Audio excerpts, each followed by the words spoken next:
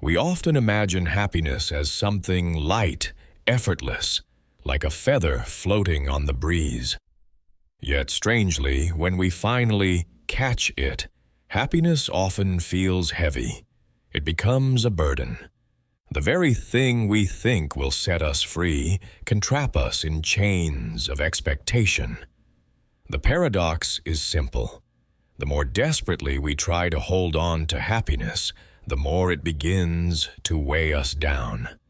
Picture a child chasing butterflies in a meadow. The joy is in the chase, the laughter, the running. But the moment the child closes her hand around the delicate creature, the wings are crushed and the beauty is gone. Happiness is like that butterfly, alive only when it is free.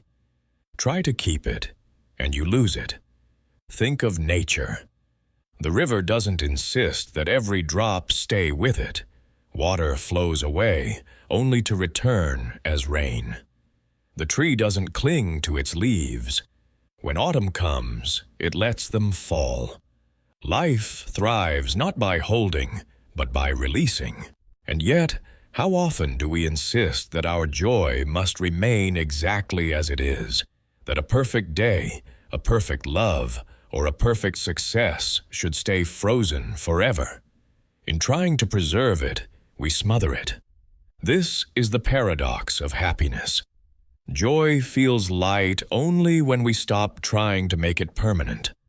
The moment we measure it, secure it, defend it, we find ourselves exhausted under its weight. And so, a question arises. What happens when we stop treating happiness as a possession and start seeing it as a companion? What if joy was never meant to be caged, but only to be danced with, moment by moment? This paradox may sound unsettling, even frightening. After all, we long for certainty. But perhaps happiness was never about certainty at all. Perhaps it is about learning how to live with change, with flow, with the very fact that everything we love will one day shift and move beyond our grasp. Alan Watts once hinted at this when he said, "You can't live at all unless you can live fully now." Happiness is not a treasure hidden in the future, nor a relic of the past. It is a living thing, breathing only in this moment. So the paradox stands before us. The lighter we hold happiness, the lighter it feels. The tighter we grip it, the heavier it becomes. A few years ago, a man I know, we'll call him David, decided to take his family on what he called the perfect vacation. He worked long hours at his job, rarely took time off, and believed this trip would finally deliver the joy he had been postponing for years. He spent weeks researching hotels, restaurants, and activities. Every detail was planned: which day to visit the waterfalls, where to eat dinner, even the exact time to watch the sunset from a hilltop. He told himself, "This will be the happiest week of our lives." The first few days went well, but soon little things began to unravel. His children grew tired of the tight schedule and begged for more free time. A sudden rainstorm canceled the boat trip he had prepaid. The restaurant he had chosen weeks before served food that wasn't nearly as good as the online reviews promised. David grew frustrated. Instead of enjoying the vacation, he found himself constantly trying to fix it, pushing his family from one activity to the next, as though happiness were a checklist to be completed. By the end of the week, he was exhausted. His wife later confessed that she felt more stressed on the trip than at home, and David, instead of feeling refreshed, returned with the heavy disappointment of having failed at something as simple as joy. Months later, he joined some friends for a spontaneous afternoon at a local lake. No plans, no expectations, just a cooler of sandwiches, a frisbee, and laughter by the water. As the sun dipped low and fireflies began to appear, David realized he hadn't thought once about whether he was happy. He simply was. The weight was gone. That day he noticed something profound. Happiness had arrived quietly, without planning, without effort. It had slipped in when no one was looking, like sunlight through an open window. This small story holds a mirror to all of us. How often do we turn joy into a project? How often do we treat happiness like a possession we must guard, polish, and protect, only to discover that the harder we try, the less alive it feels? Happiness is not built from control, but from surrender. Not from planning every detail, but from stepping into life as it is, moment by moment. David's story is not unusual. It is the very pattern of our lives. We treat happiness like a trophy, something to be earned, displayed, and kept safe. But life refuses to be boxed. The harder we grip, the more it slips through our fingers. If we look closely, nature teaches us a different lesson. A river does not try to hold its waters in one place. It lets them rush forward, and by that very letting go, it remains alive. A forest does not demand that summer stay forever. It embraces autumn, winter, and spring, and in that cycle it thrives. The ocean does not cling to a single wave. Each one rises and dissolves, yet the ocean is never diminished. So why do we think happiness must be different? Why do we believe joy should remain fixed, constant, unchanging, like a photo framed on the wall? The truth is, happiness is alive only in movement, only in change. To demand permanence from it is like demanding the wind to stay still. And when we insist, we suffer. Alan Watts often pointed out that life is a dance, not a march. A march has a destination, a rigid order. A dance has no purpose other than itself. It is complete in each step, each turn, each gesture. Happiness, too, is a dance. It isn't about securing a final state where everything is perfect. It is about being willing to move with life, to flow with its rhythm, to laugh when it surprises us, and soften when it disappoints us. From David's disappointment and later discovery, we can glimpse a universal principle. Joy arises when we stop trying to manufacture it.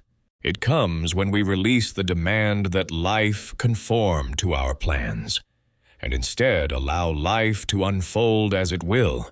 This doesn't mean we give up all intention or that we stop caring. It means we hold our desires lightly, like holding a bird in the palm of our hand. Grip too tightly, and we crush it. Hold too loosely, and it flies away. But with gentle balance, we can marvel at its beauty while it rests with us, knowing it was never ours to own. So perhaps happiness is not something we achieve, but something we allow. Not a weight to carry, but a breeze to feel. And when we learn to step back into life's flow, we find that joy was never absent. It was simply waiting for us to loosen our grip. There are always two ways we approach happiness. Path one is the way most of us are taught. We treat joy like a possession, a fragile treasure we must guard. We chase it with plans, protect it with control, and measure it with comparisons. On this path, happiness is heavy. We worry it might disappear, so we cling to it. We fear others may have more of it, so we compete. Like a ruler who governs with absolute control, this path becomes a dictatorship of the mind. Everything must obey our demand. Be happy, stay happy. Don't change. But like all dictatorships, it breeds anxiety, suspicion, and ultimately collapse. Path 2 is the way of release. Here, happiness is not a possession, but a guest. It comes, stays a while, and then leaves when it must. On this path, we do not command it, we welcome it. It is like a democracy of the heart, where moments are free to rise and fall, each voice of joy and sorrow given space to be heard. This path is lighter, freer, and strangely more abundant. The less we demand, the more life gives. We can see the difference in simple metaphors. Imagine music played by one soloist who insists on controlling every note. Rigid, mechanical, precise. The sound may be accurate, but it lacks spirit. Now imagine a symphony, many instruments, each free yet attuned, weaving something alive. Happiness on path 1 is like the soloist, controlled but lifeless. Happiness on path 2 is like the orchestra, unpredictable yet harmonious. Alan Watts once remarked that trying to hold on to life is like trying to catch water with your fist. The tighter you squeeze, the less you have. But cup your hands gently, and the water rests there for a time, glistening in the light. So the choice is always before us. Will we live in the dictatorship of control, where happiness is weighed down by fear and expectation? Or will we live in the democracy of trust, where joy can come and go as it pleases, leaving us lighter for having danced with it? And here is the one-liner to remember. Happiness isn't something you hold, it's something you join. Up to now, we've spoken of happiness as something light when released, heavy when gripped. But there is a deeper mystery hidden inside this truth. Happiness may not even be something we know in the ordinary sense. It is not an object to define, measure, or capture. It is more like a fragrance, an echo, a shimmer on the surface of being. Consider this. Light never shines on itself. A knife cannot cut itself, and an eye cannot turn to see itself directly. In the same way, happiness cannot be held by the hand of certainty. The moment you try to pin it down, am I happy right now? Will I still be happy tomorrow?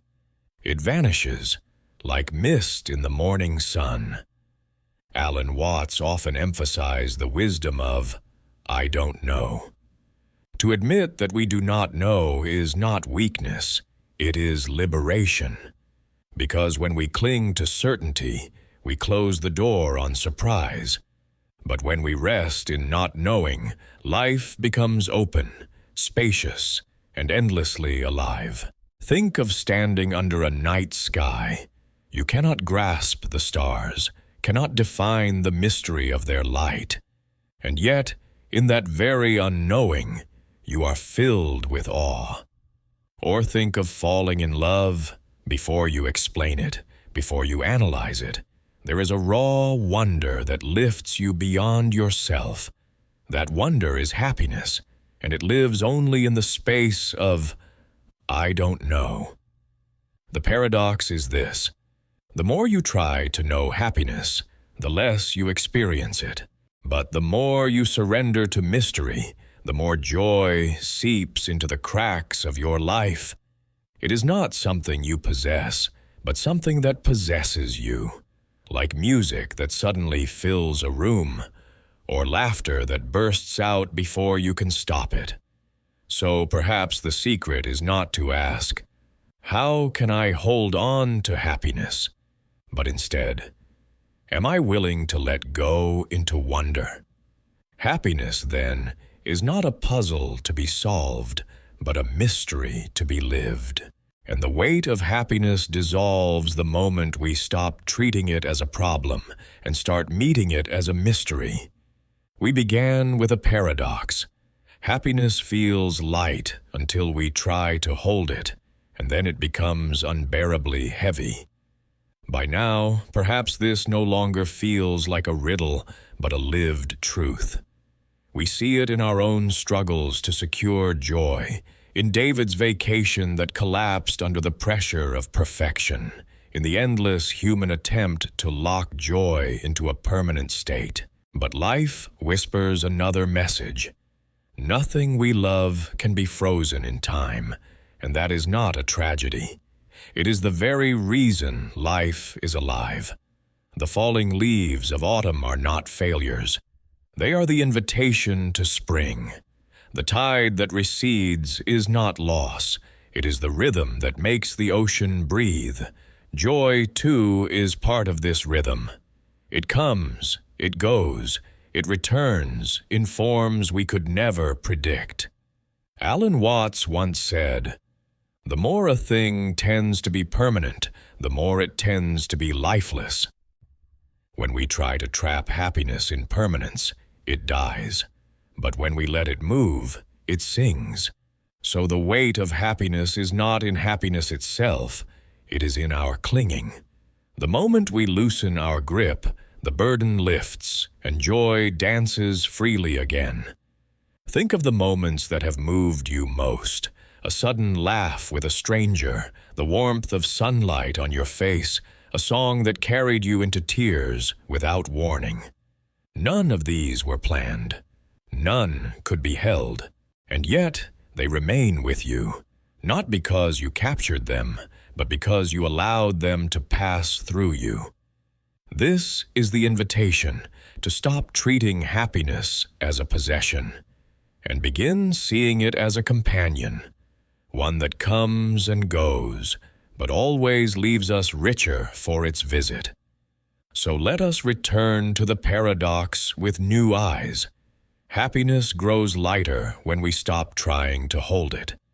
It is not a chain, but a flame, not a stone to carry, but a wind to feel. And perhaps the most beautiful truth of all is this: what is truly ours will never need to be forced. What belongs will come, stay for a while, and leave when it must, just like joy itself. So trust the rhythm, trust the mystery, and remember, the weight of happiness disappears the moment you let it flow.